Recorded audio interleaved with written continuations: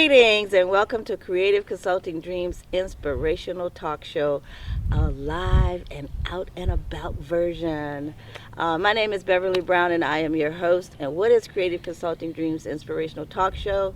Is talking to everyday dreamers, I call, about their goals, about their dreams, about their vision, but mainly about the obstacles that they faced in order to achieve those goals, dreams, and vision. And this particular lady that we're talking to today is above and beyond. So I'm just so happy to be here out in Elfrida, Arizona. And I am talking today to Miss Sharrona Moore of Nitty Gritty Acres. Yay. So everybody welcome Sharrona Moore. So Sharrona, it's been a weekend.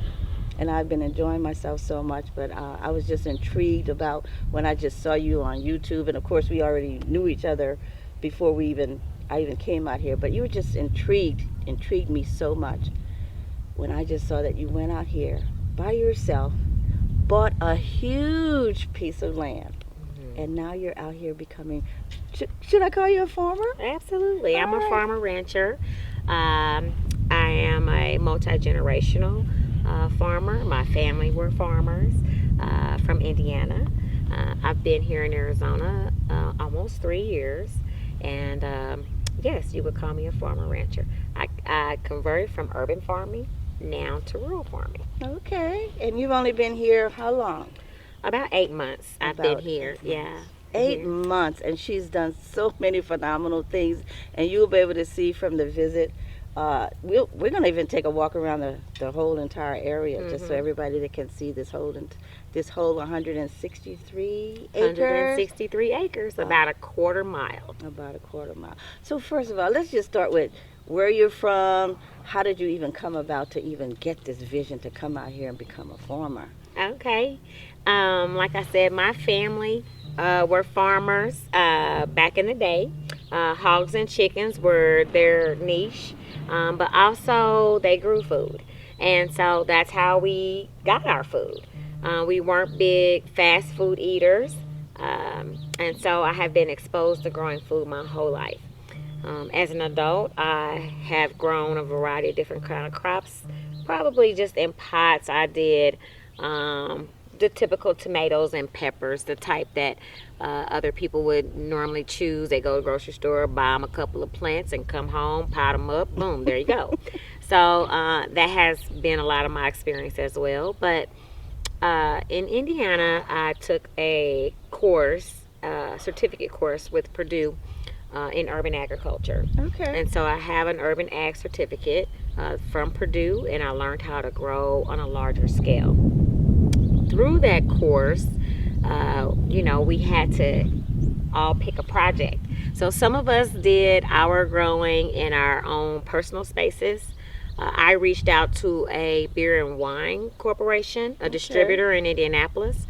They had about 7.5 acres of land in the inner city that they were just mowing once a month. Okay. And it was within walking distance of my house.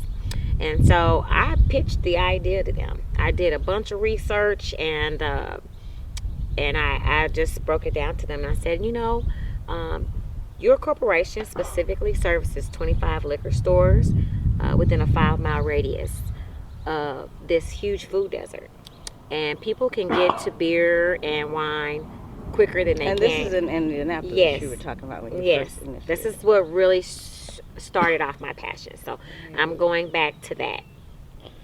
I said people can get to beer and wine quicker than they can get to anything healthy.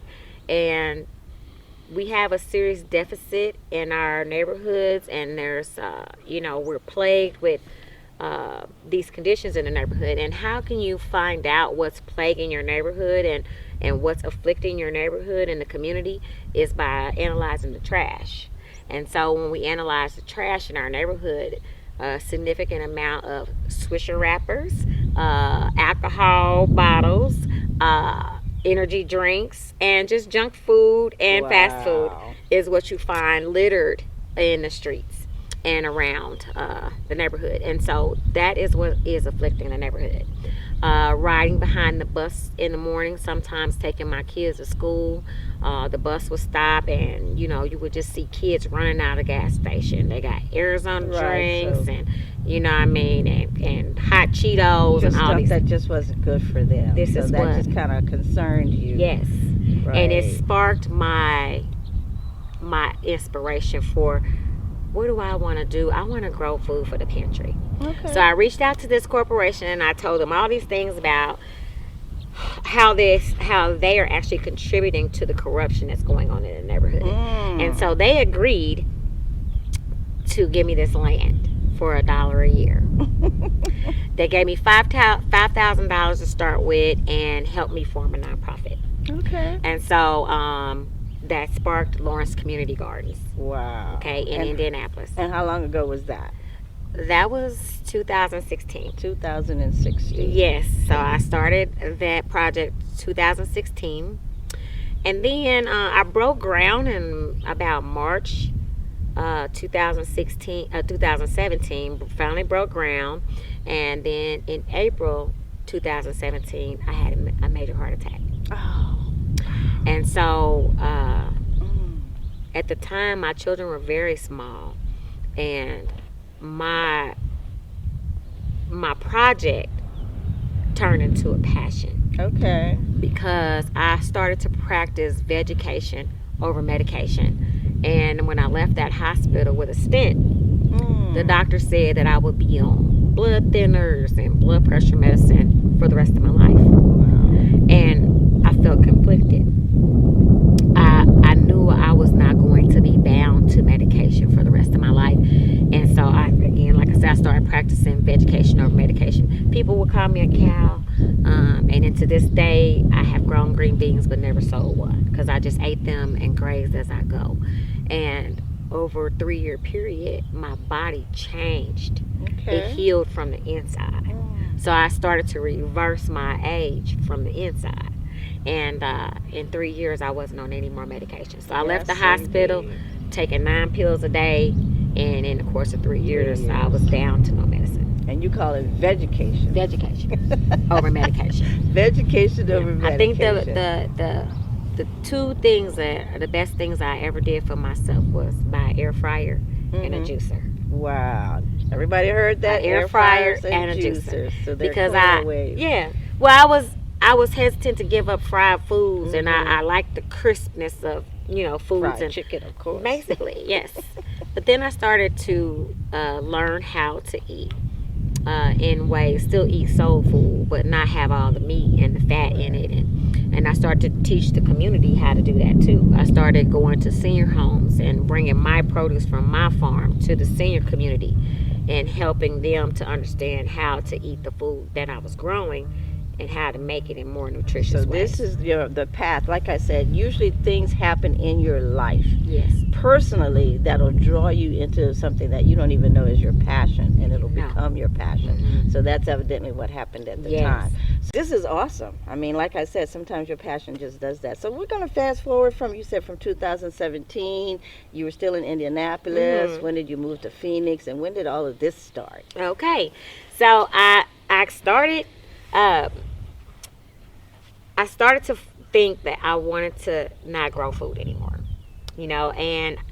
and I thought, well, maybe I want to leave Indianapolis. Maybe I want to go somewhere where it'll strike up another fire for me to be able to grow food all year round. Because in Indianapolis, we just have about 26 weeks of growing season. So I moved here and landed in 2022. Landed at Paul Mitchell.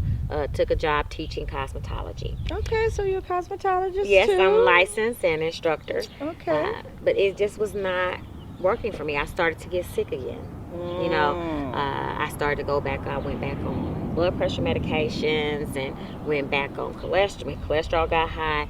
And realized that the quality of food here in Arizona is so poor. We grow a lot of commodities here in Arizona, but we really don't grow food. And individual communities, not a lot of community gardens and those type of things. So I started fasting, I started praying, and God just spoke. He said, I gave you the blueprint. and you got to get back to it. You veer it off. And so I opened up a job, opened up Indeed, and found a job with University of Arizona as a program coordinator, teaching beekeeping, providing technical assistance in urban farmers, that type of thing, which was what I knew all about it. So I was fortunate to land in that position. And during my course of employment there, I learned how to grow in this climate. Wow. That was at the University of Arizona. Yeah. And what department?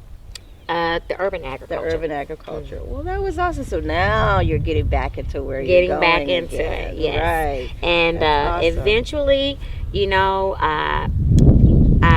I was going through a lot at that time. You know, with moving here, I was going through a failed marriage. You know, what I mean, things were just it was just a whirlwind of situations that were happening, and of course, God was still speaking, and I thought that I wouldn't be able to do it. You know, I thought I was going to have to give up my dream of buying some land, having this family compound. Like, you know, a lot of people think about that and they talk about it, but don't even know the steps to take to do, you know, to start somewhere. And so I met a friend, Rachel Stewart, and Rachel said to me something that changed my whole life. She lives out here in this rural environment, and she said, you know, she was going through a divorce too, and she was doing it by herself, and she said, Sharrona, if I can do it by myself, you can do it by yourself. You're just gonna have to hire some people to help you. And it changed me. And we sat down that night. She said, let's find your farm. And we sat down and we looked and we found this spot. And the next morning, how did you look? Where did you we look looked on Zillow, and we looked on several different real estate Zillow. Okay, yeah, real estate platforms. Okay, real estate platforms. I want to call names because people are like, well, how do you even find land? Well, Zillow is where we found it. So go ahead. And so after we found it, and she said, this looks like a good spot. Let's go check it out. So the morning came, we got up, we drove here, and we looked around, and I knew when I saw it that this was it. It spoke to your heart. Yes, I knew it on Zillow. I knew that was it. It had a lot of the things that I would need, a lot of systems, a lot of things in place that I would need to get started with farming. Right. And so it would give me a huge advantage. And that started it right then and there. Well, look at that. And how beautiful is that? You knew it when you saw it and then when you got here. Because a lot of things will change, you know, once you actually come.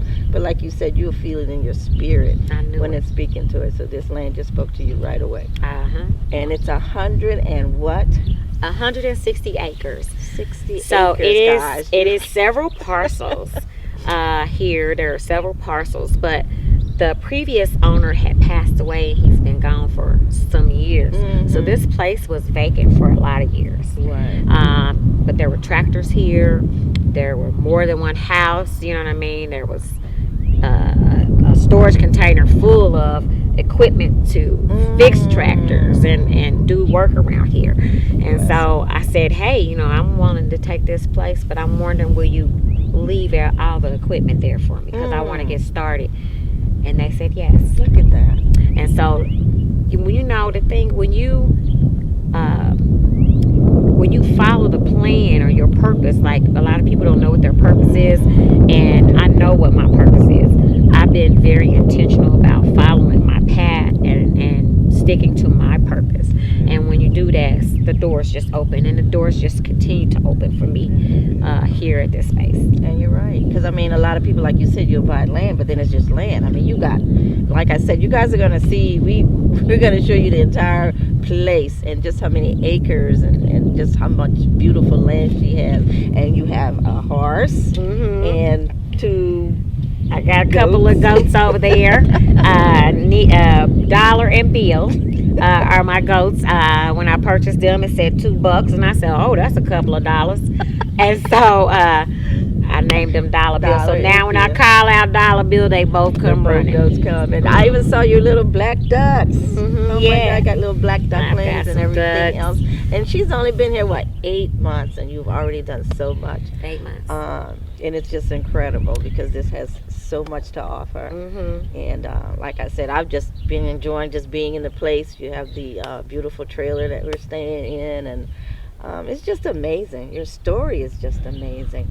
Like you said, coming from Indianapolis, getting that dream and vision, through your health, and like I said, and now everything is just falling into place. Mm-hmm. And Even this community here, you would think like in rural areas, this is still a huge food desert. mhm. You know, the population in this town in Elfrida is 288.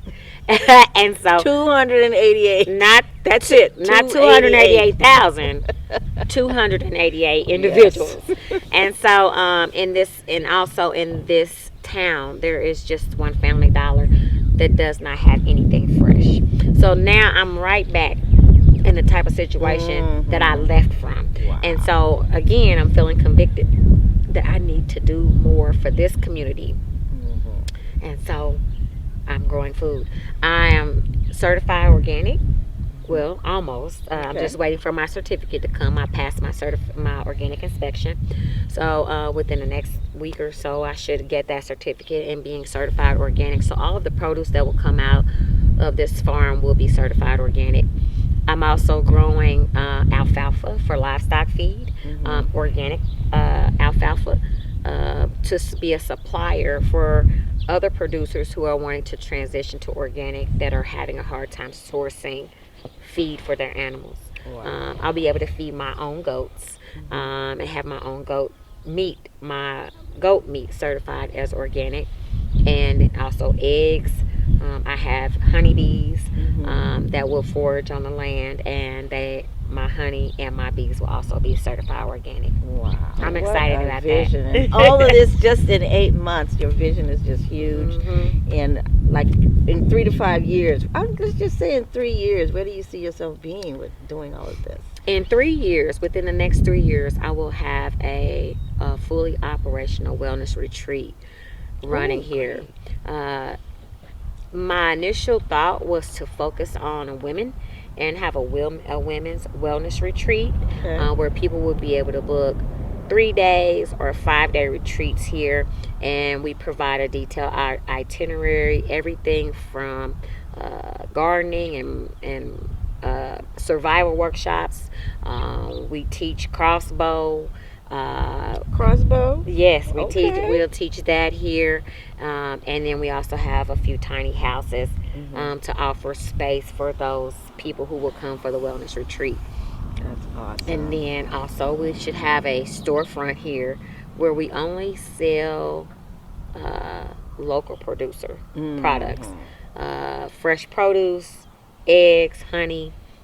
We might have some milk there, goat milk, but there are some dairies around too that be willing to provide some products for our store. And don't you also teach about living off the land? You have, because everybody's talking about what's going to happen in the world today. It's like, how will we be surviving? So you can teach about survival skills and everything else too, right? That's a big part of it. Yes. My farm is not necessarily off the grid, but we are so rural that there are times when our power might go out. Our internet goes down, and so we just know how to survive here without any municipal utilities. Exactly. And so part of that survival, the survival workshops that I do, will teach you basic tent life, basic bugging out in a case of an emergency, what to do and what kind of things you need to have in power failure, what type of things you need to have during a weather emergency, what you need to have in case you need to leave your house. What if you don't have the house? What if we get an invasion of any kind of sort, or we have a time of war, and there's times that you need to leave and bug out from your house? Like what does that look like? And so we teach those skills here. Now my main thing is being in Arizona, water. What do you do? Water rights. I'm in Cochise County, and Cochise is right now here. It's really a hard fight for water because we are the desert, and so they say if you haven't used your wells within 8 years and you're not able to use them at all. But this is how fortunate we were to find this place. This place has 3 wells, and but none of them were operational.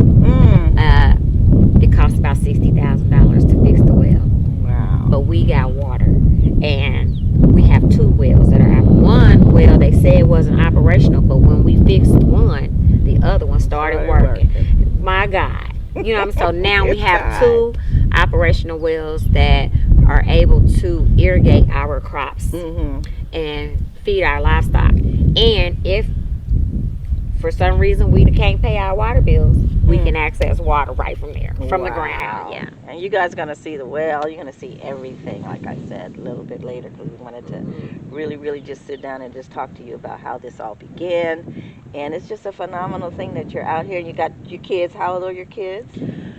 Well, I've got some older kids that didn't come with me here. They didn't make the trip. But I have a 17-year-old son. I have a 13-year-old daughter who live here with me. And how do they like it here? Well, they don't always like it because we are so rural and they are urbanized, you know. But I invest and I make some sacrifices. So every day their school is 50 minutes away. So every day we drive 50 minutes to school and another 50 minutes back. And then in the evening, another 50 minutes to 100 school miles.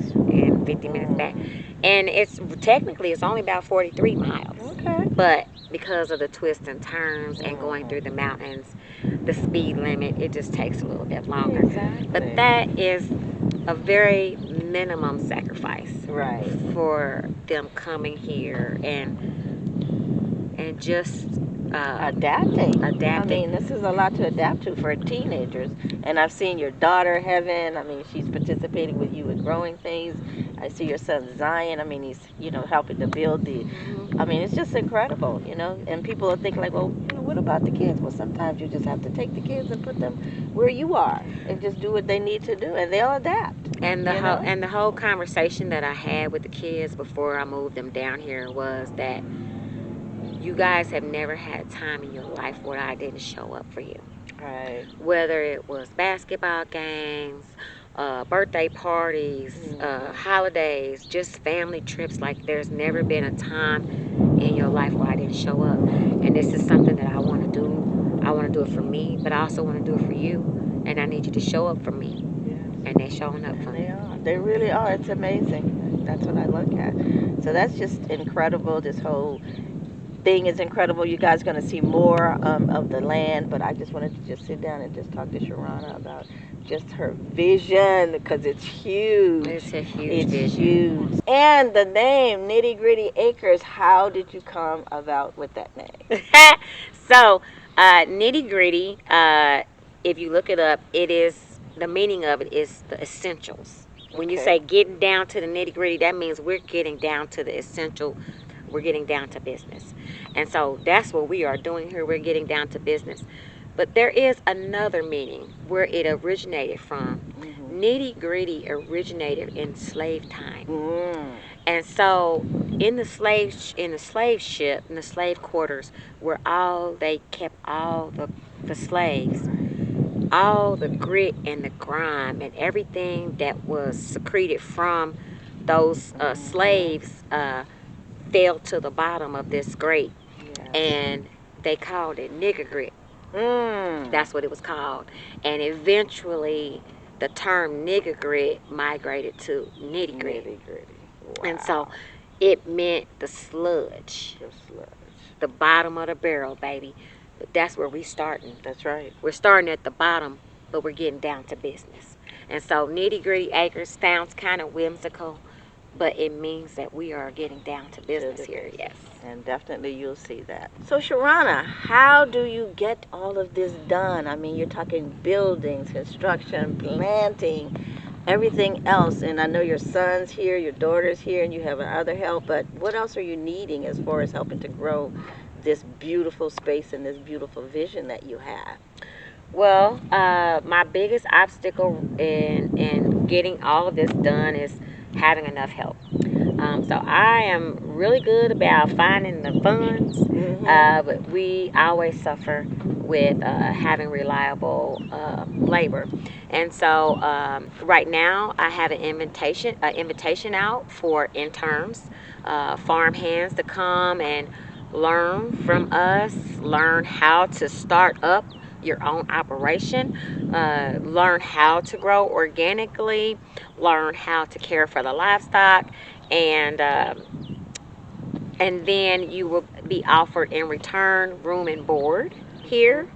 So you won't have to pay to stay here. Your meals will be included, and then over the course of time, you are also able to have one-on-one mentorship with myself to apply for funding for your own acreage. Wow. So I'm going to work with you one-on-one, and we're going to go through the process for you to apply for your own acreage. Now, the process, in order to get funding, most organizations and will ask for the experience. And so having some type of documented experience is so important to being able to get funding for a project like this. Because of my history and my experience in Indiana, coming here, experience with working with government agencies, and my experience with UA, I had that experience and that background to back up to if I put that plan together, that people would, that those agencies would feel confident that I was able to achieve what I said that I was going to do. Okay, and as an intern, they'll come here and stay how long? I mean, what's the period Well, of time? 3 years is the experience level. And so if you start off with no experience, then I'm going to need you to stay for 3 years. Ooh. But your experience, your prior experience is also taken into consideration. So say you worked on a farm for a year, you come here, then maybe you will only need to stay here 2 years to finish your experience before you move into buying your own land. Yeah, and what about maybe just on a temporary basis if somebody wants to help you come with a construction absolutely. of just doing a tiny house or a construction of the barn? Some people just might want to do something for a few weeks or something like that. They Absolutely. can also do that as we well. will accept that too. Okay. You know what I mean? So right now, not turning it down. We say, in my world, many hands make light work. So if you're wanting to come, maybe you just want to come and experience. Maybe you want to just try it out to see if this is the kind of lifestyle that you would be able to do. Because not everybody's able to live in a rural environment, you know. So maybe you just want to try it out. I'm willing to work with you on that too. That sounds good. Well, here's your opportunity to take a chance. Take a chance. This is what you just need to do. Sometimes you just need to take the first step, and the rest will fall into place. So we thank you for that opportunity as well. Maybe they just want to take their vacation time. Maybe you want to take a week from your job and come down here and stay for the week and work on the farm and learn the livestock and learn the land. Hey, we'll take you there too. All righty, you heard it here. Of course, we barely even scraped on the obstacles. Like you said, you had to get financing. You had to get a whole bunch of things just to get started. And, hopefully maybe we'll even have more details about, how they do that. And people can inquire to you. How do you want them to get in touch with you on Facebook? How All right. Yes. So we do have an Instagram page. It's Nitty Gritty Acres. You can always follow us. Please follow us there. We have a Facebook page as well. Same thing, Nitty Gritty Acres. And you're always able to reach out to me directly at nittygrittyacres@gmail.com if you have any questions. I'm very transparent, and I love sharing what I know. Of course, like I said, I've been teaching for a lot of years, and so it is my passion to continue to teach. But my dream is for more people to come to land ownership and for their dreams of having a family compound of their own, to grow food, and whatever it is, if I could help them to do that, then my heart would be filled. Well, there you've heard it. You've heard it straight from her, what she wants to do, her goals, her dreams, her vision.